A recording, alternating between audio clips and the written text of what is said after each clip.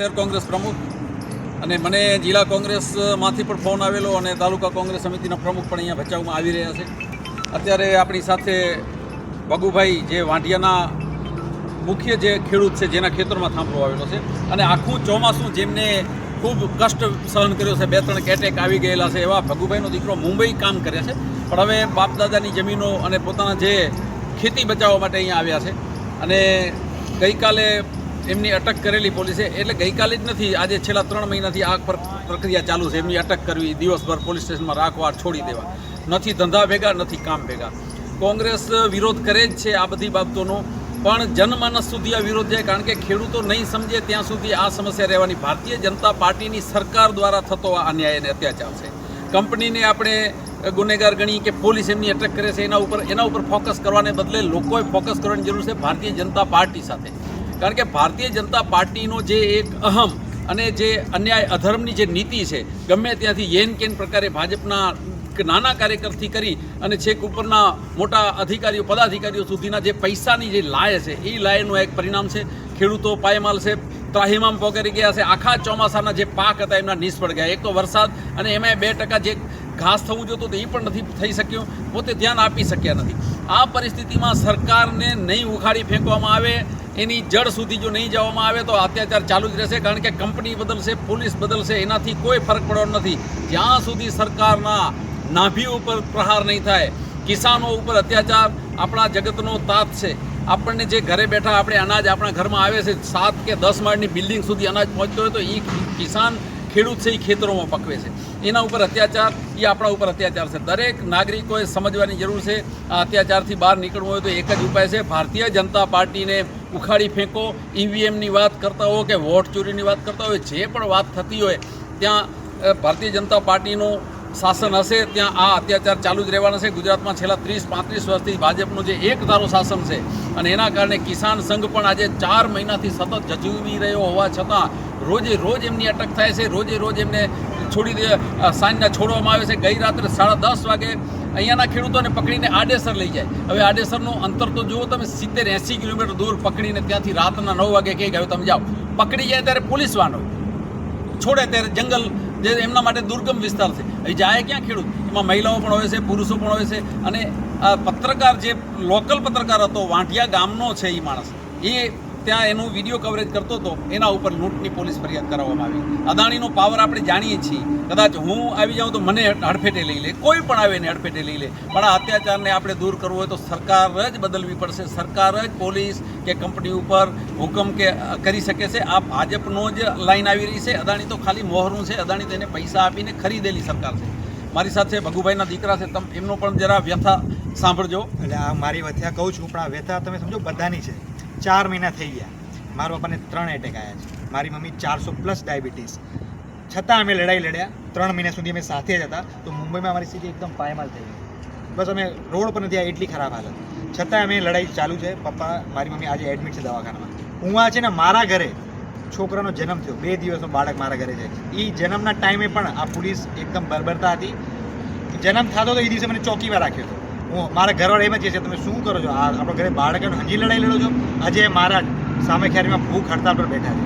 એમની મમ્મી અને એમની વાઈફ એ તો જાહેરમાં રડે છે કે યાર આવો કેમ અન્યાય કરો છો. પછી અમારા રાજેશભાઈ, કાનજીભાઈ, આ બધા અમારી સાથે. આ તો ફરી તમે નામ હું કહી નથી શકતો, નામ ગણાવવા જાઉં તો રાત થઈ જાય. એટલા ખેડૂતો હેરાન છે. છતાંય આ અદાણી પણ ખાલી ચહેરો છે, એની પાછળ શું છે આપણને જાણ છે. પણ આ ગવર્મેન્ટ હવે ઝૂકતી નથી. આ તો હવે અત્યાચાર પર અત્યાચાર કરે છે. જે તમે અમારા ગામના જે પત્રકારની વાત કરી ને, એના પર ફરિયાદ નહીં, FIR થઈ છે. FIR અડધા કલાકમાં FIR કરી. અને જે ચોરીને એ લોકો આક્ષેપ નાખ્યો ને, એ આક્ષેપ એ લોકો 2 કલાક પછી નાખ્યો. 2 કલાક સુધી તો એને યાદ ના આવે મારી ચોરી થઈ. 2 કલાક પછી કીધો તો ચોરી થઈ ગઈ. એટલે હવે હું કહું છું કે હવે અન્યાય તો ખૂબ વધી ગયો છે. હવે આમાંથી બહાર તો હવે અમે ખેડૂત છે, અમારા પાસે કાંઈ હથિયાર તો છે નહીં. ગવર્મેન્ટ આમની છે, પોલીસ આમના, IT સેલ આમનો, બધું આમનો. અમને તો ખાલી હવે શું કરો, હવે કાંઈ ખબર પડતી નથી. હવે અન્યાય એટલો વધી ગયો કે હવે દિમાગ નથી કામ કરતો. હવે બસ ઉપર હાથ અમે દઈને ભગવાનને કહી છે કે તું તો જોજે. આ લોકો તો પથ્થર વગેરે થઈ ગયા. ભગવાન બચાવે એમ છે. એટલે હું બધાને કહું છું, ખાસ કરીને કોંગ્રેસ, હવે અમારા વાંઢીમાં આવો. હવે આ કંસનો અત્યાચાર બહુ વધી ગયો છે. હવે કૃષ્ણ જ અમને આમાંથી ઉગારશે. બાકી હવે આમ માણસ ઉગારે એવું મને લાગતું નથી કે આ લોકો તો ખૂબ ઊંચા માણસો છે. હવે આના આજુબાજુ અમારથી કોઈ અમારી એવી હેસિયત નહીં રહેતી. અદાણી એટલે ગુજરાતનો, આખા ગુજરાતની આખા ભારતનો રાજા, અને એના પાછળ આપણા તમે ભાજપની સરકાર અને ખેડૂતોને એકદમ મરો થઈ ગયો. આ લોકો કહેતા હતા ખેડૂતની ઇન્કમ ડબલ કરશું, પણ આ ડબલ કરશે? આ તો મારી જે એ પૂરો કરશે. અને આવા અમારા ગામડા 80 ગામડા, અને આના પછી મારા ગામમાં 24 લાઈન નીકળવાની છે. આના પછી રિલાયન્સની લાઈન નીકળશે, પાવર ગ્રીનની નીકળશે. હમણાં આ લોકો દાખલો બેસાડી દેશે કે જો અદાણીની લાઈન નીકળી ગઈ અને ખેડૂત 4 મહિના સુધી ચાલ્યા તો એ કાંઈ ના કરી શકે, તો આગળ કોણ કરશે? આવી હિંમત ખેડૂત જિંદગીમાં નહીં કરે. અને આ લોકો એ જ ધારે છે કે એક દાખલો બેસી જાય વાંટિયામાંથી, ખેડૂત જિંદગીમાં હિંમત ના કરે. જે આંબેડકર સાહેબ આપણે કહી ગયા હતા કે સંગઠિત થાવ ને લડો, આ એને અગેન જશે કે સંગઠિત ન થાવ, એકલા મરી જાઓ. જેમ અંગ્રેજો આપણે કેમ મારીને ભાગી ગયા એકલા, સેમ અદાણીવાળો. હમણાં અમારા ગામમાં તમે જાઓ ને તો ખેડૂત કેને માં જાઓ છો કે તમારા હાથ બાર બતાવો, તમારા હાથ બાર અહીંયાના છે કે નથી. આવી તો દાદાગીરી ચાલે છે. અન્યાયની બધી હદ નીકળી ગઈ છે. પોલીસ ખાલી નામની રહી છે. આ બધા પટ્ટાવાળા છે ભાજપના. કોઈના હમણાં એસપી સાહેબ હતા, મારો નંબર હતો, ભાઈ મને ફોન કર્યો હતો કે ભાઈ એસપી સાહેબ તમે જાણો છો, તમે કાયદામાં ઘડેલા છો, પણ અન્યાય થાય છે, તમને ખબર છે, તમને ઉપરથી હુકમ આવે છે, પણ જાણો તો છો ને અન્યાય છે. તો કે નહીં, કલેક્ટર સાહેબને સાબિત કરી બતાવો કે 7 બાર તમારા છે. તો સર અરે સર ગવર્મેન્ટ કે છે 7 બાર છે, એ નહીં કલેક્ટર સાહેબ કે નહીં. એટલે મારે કીધું કલેક્ટર સાહેબ કાલે કીધું ગોલી મારો વાંડીમાં, તમે ગોલી મારી દો. તમે કહો ભાઈ કલેક્ટર સાહેબે કીધું ગોલી માર, તો ગોલી માર. કલેક્ટર સાહેબ બેંક લૂંટી લો, બેંક લૂંટી લેજો. આ ક્યાંનો ન્યાય? એ કે ના અમને ઉપરથી ઓર્ડર નહીં. અમે કીધું ભાઈ તમે જાણો છો ને એને કે જાણું છું પણ ન્યાય, પણ એ કલેક્ટર સાહેબ કે એટલે અમારો થાય. એટલે હવે અમારા કચ્છના અમારા આજુબાજુના વિસ્તારમાં નામની લોકશાહી છે, નોર્થ કોરિયાના જે રાજા છે ને એ આના કરતાં સારો છે. એ આટલી તારાશાહી તો એ નથી કરતો, થોડું તો દયા એનામાં છે. આ તો દયા વગરની સરકાર થઈ ગઈ. 4 મહિનાથી આ હેરાન કરે છે. હજી તો હવે તો રંગ હવે જામ્યો છે. હવે એફઆઈઆર ફાડે છે અમારા પર. અમારા એક ખેડૂત ઉપર કાલે એફઆઈઆર ફાડવાના હતા, કિસાન સંઘની મહેરબાનીથી અને અમુક આગેવાનો લીધે એ બચી ગયા છે, પણ મૂકતા નથી. હજી આ લોકો અમારા ગામમાં તમે જાણતા છો, અમારા ગામમાં લુખ્ખા તત્વો ફરે છે. લુખ્ખા તત્વો જો અગર આંદોલન વધી ગયો તો એ જ લોકો અમારી સાથે આવશે, પોલીસને પર ચારો કરશે ને અમને ધોકેથી મારશે. જો આમ તો બદલો લઈ નથી શકતા. હમણાં ખાલી બેઠા જોવે છે, બદલો તો ખૂબ લેવા માંગે છે, પછી બદલો મને ધોકા કરનાર. અજય મારા સામે ખ્યારીમાં બેઠા છે બચારા, એ પણ કંટાળ્યા મારી છે કે કરું તો કરું શું. પોલીસ કેમ જાઓ તો કે ઉપરથી ઓર્ડર આવે છે, ઉપરવાળા કેમ જાય કે એનથી ઉપર ઓર્ડર, એનથી ઉપર કલેક્ટર સાહેબ કે એનથી ઉપર કેટલા ઉપર તો ભગવાન છે. ભગવાન કરીને જઈને પૂછ્યું તો થાય કે ભાઈ આમાં કોણ ગુનેગાર? બધા એમ જ કે અમે ચિઠ્ઠીના ચાકર છીએ, અમે આના ચાકર છીએ, અમારી ફરજમાં આવે. અરે તમારી ફરજમાં તો શું આવે છે અમને ખબર છે. ફરજમાં એ તો નથી ને ખેડૂતની જમીન હડપાઈ જાય તમે હડપવા દો. આ બધા અદાણીના ગુલામ થઈ ગયા છે, એકદમ ગુલામ.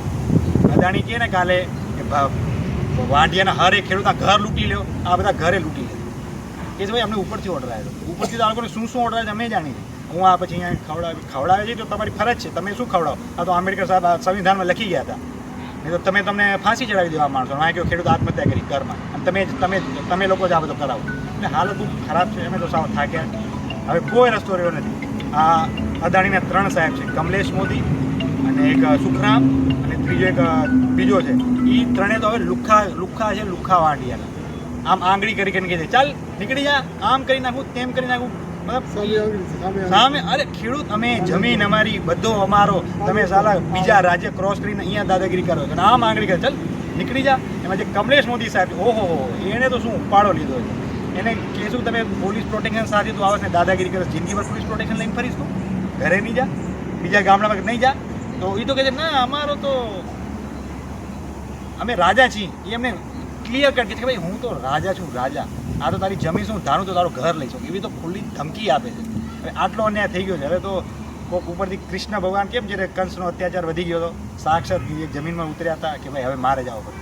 હવે એ હાલત છે અમારા વાંટિયાની. એટલે પ્લીઝ મહેરબાની, અગર આ વિડીયો જો રાહુલ ગાંધી સુધી પહોંચે, આમ તો પહોંચી જાય તો કે ભાઈ હવે આવજો અમારી એકજમાં, કે હવે તો આના પછી ખેડૂતના બસ સમાચાર આવવાની વાત જોઈ છે આપણે કે ભાઈ કોઈ ખેડૂત આ સંઘર્ષમાં જાન ગઈ. બસ હવે બસ ગણતરીના દિવસોમાં એ સમાચાર આવી જાય તો નવાઈ ન લાગજો કે આ દિવસો બહુ નજીક છે.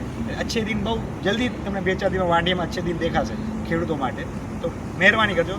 અમારે જે આજે મારા સામખ્યારીમાં રાજેશભાઈ, ઘણા અમુકના હું નામ નથી લઈ શકતો, એટલા બધા ખેડૂત, બધાની વેદના ખૂબ વધી ગઈ છે. બધા હવે હા બસ ખેડૂત રોતા નથી આંખમાં, એના આંખમાંથી આંસુડા નથી, બાકી બધો છે અમારા સાથે. એ કોઈ સાંભળવા માટે ત્યાંની 4-5 મહિના થઈ ગયા. બધા ચિઠ્ઠીના ચાકર, અમે ઉપરથી ચિઠ્ઠીમાં તો શું લખી દે બધો કરશું. હવે અન્યાય તો ખૂબ વધી ગયો છે. કાંઈક મહેરબાની કરીને અમારા વારે આવજો એવી મારી બધાની હાથ જોડી છે બધા ખેડૂત. હવે તો વારે આવજો બસ. આના પછી ખેડૂત બચશે ને તો જમીનનું શું કરશું? આ જ અમારા પર રાજ કરશે. આ કંપની રાજ છે, ઈસ્ટ ઇન્ડિયા કંપની હતી ત્યારે આપણે બધા ભેરા થઈને કાઢ્યા હતા દેશમાંથી બહાર. હવે આ તો ઈસ્ટ ઇન્ડિયા કંપની કરતાં ભેગા રહી. ઈસ્ટ ઇન્ડિયા કંપની જ્યારે આપણે આંદોલન કરતા ને સરદાર પટેલ, એ માની જાતી હતી. આ તો એનાય બાપ છે. 100 રાક્ષસ ગયા એક ભેરા ક્યાં મર્યા છે, હું આ બધા પેદા થયા 500 બધા. એટલે હવે કાંઈક મહેરબાની કરજો, આ એક લેવલ સુધી પહોંચાડજો મારી વાત. કે હવે તો બસ હાથ જોડ્યા સિવાય હવે કોઈ હથિયાર રહ્યા નથી. ભારતીય કિસાન સંઘ અમારી સાથે છે, સાથે જ રહ્યો છે. શિવજીભાઈ મારા સાથે છે, અને શિવજીભાઈ જાહેરમાં અમે કહી છીએ, કોઈના બગીના નથી. ભારતીય કિસાન સંઘ ખેડૂત માટે લડે છે ને હજી પણ લડ્યો જ છે. પણ હવે આ એટલો મોટો શત્રુ થઈ ગયો છે ને કે હવે સંગઠિત બહુ મોટા લેવલ પર થવો પડશે. નહીં તો આ બસ ગણતરી 10 દિવસમાં અમારા ખેતરના કામ થઈ જશે. પછી આ લોકો કહે છે કામ ક્યાં તમે ક્યાં હતા, હવે પૈસા લેવા આવ્યા, અને અમને તો 1 રૂપિયો હજી મળ્યો નથી. અમે ઘરના વાપરી છીએ રોજ. તો બસ વારે આવજો, બીજું શું કહીએ. આશા રાખીએ કે એવો કોઈ અનિચ્છનીય બનાવ ન બને, ખેડૂત આત્મહત્યા ન કરે, ખેડૂતો સંઘર્ષ કરે. કારણ કે દેશની આઝાદીની લડાઈ 1857થી શરૂ થયેલો વિપ્લવ છે કે 1947માં આઝાદી મળી હતી. 90 વર્ષ સુધી સતત ઝઝુમ્યા પછી હજારો ભલે શહીદી વોરી હશે, પણ આપણે લોકશાહી દેશમાં જીવી રહ્યા છીએ. ભલે કદાચ તાનાશાહો રાજ કરી રહ્યા હોય, પણ એ એમનો ક્ષણિક રાજ છે. લોકો જાગૃત બનશે તો એમને પણ ભાગવું પડશે. અંગ્રેજો જો આ દેશ છોડીને ભાગ્યા હોય તો આ તો એના ગુલામ હતા. જે તે સમયે દેશની આઝાદી સમયે પણ આ લોકો અંગ્રેજોની પડખે હતા. ત્યારે આઝાદીની લડતમાં સંઘ કે ભારતીય જનતા પાર્ટી, જેને 1984માં ભારતીય જનતા પાર્ટીનું સર્જન થયું, એ જનતા પાર્ટી એ સમયે પણ અંગ્રેજોની સાથે હતી. એમણે પણ અંગ્રેજોના પેન્શન લીધેલા અને આઝાદીની જે લડતા ને સૈનિકોને એમણે ભગાડતા. એટલે આપણે નિરાશ થવાની જરૂર નથી. આપણે આઝાદીની લડત જેમ લડેલા એવી જ રીતે ખેડૂતોએ પણ હતાશ નિરાશ થયા વગર કોઈ પણ અનિચ્છનીય પગલું ભરવાની જરૂર નથી. લોકશાહી ઢબે બંધારણે આપણને આપેલા હક અને અધિકાર મુજબ આપણે આપણો હક માગી રહ્યા છીએ, અને એ પણ ન્યાયિક માર્ગે લડીએ છીએ રહ્યા. એટલે એમાં કોઈ આત્મહત્યા સુધી ન જાય એવી આપણે વિનંતી કરીએ છીએ. કોંગ્રેસ તેમજ તમામ વિપક્ષો આપણી સાથે છે. કદાચ ભારતીય જનતા પાર્ટીના લેભાગુ તત્વો આમાં સહયોગ કરતા હશે, પણ ભાજપના કાર્યકરો પણ નારાજ થઈ ગયા છે આ બાબતથી. જે જન્મથી ભાજપિયા હતા એ પણ હવે જાગી ગયા છે કે હવે અમે આવી ભારતીય જનતા પાર્ટીની આશા નતા રાખતા. અટલ બિહારી વાજપેયી, લાલકૃષ્ણ અડવાણીની ભાજપ નથી રહી, આ અદાણીની ભાજપ છે. અને અદાણી, તમે વચ્ચે બોલ્યા હતા કે ભારતનું સૌથી સર્વોપરી છે, એવું નથી. જગતનું બીજા નંબરનું ધનાઢ્ય વ્યક્તિ હોવાને કારણે જગત ઉપર રાજ કરી રહ્યો છે. અમેરિકા હોય કે કોઈ પણ દેશમાં, અમેરિકાએ તેના ઉપર બેન કરી દીધો છે, પણ બીજા ઘણા નાના દેશોમાં એના કામ ચાલે છે. આપણી વીજળી બાંગ્લાદેશમાં વપરાય, પાકિસ્તાનમાં વપરાય, અદાણી પાવર. એટલે આપણને ભારત પાકિસ્તાન કે હિન્દુ મુસ્લિમ વચ્ચે ઉલઝાવી અને એ લોકો પોતે પૈસો કમાઈ રહ્યા છે. તો આશા રાખી કે ખેડૂતો કોઈ અનિચ્છનીય પગલું ન ભરે અને ન્યાયિક લડત છે એને જારી રાખશે.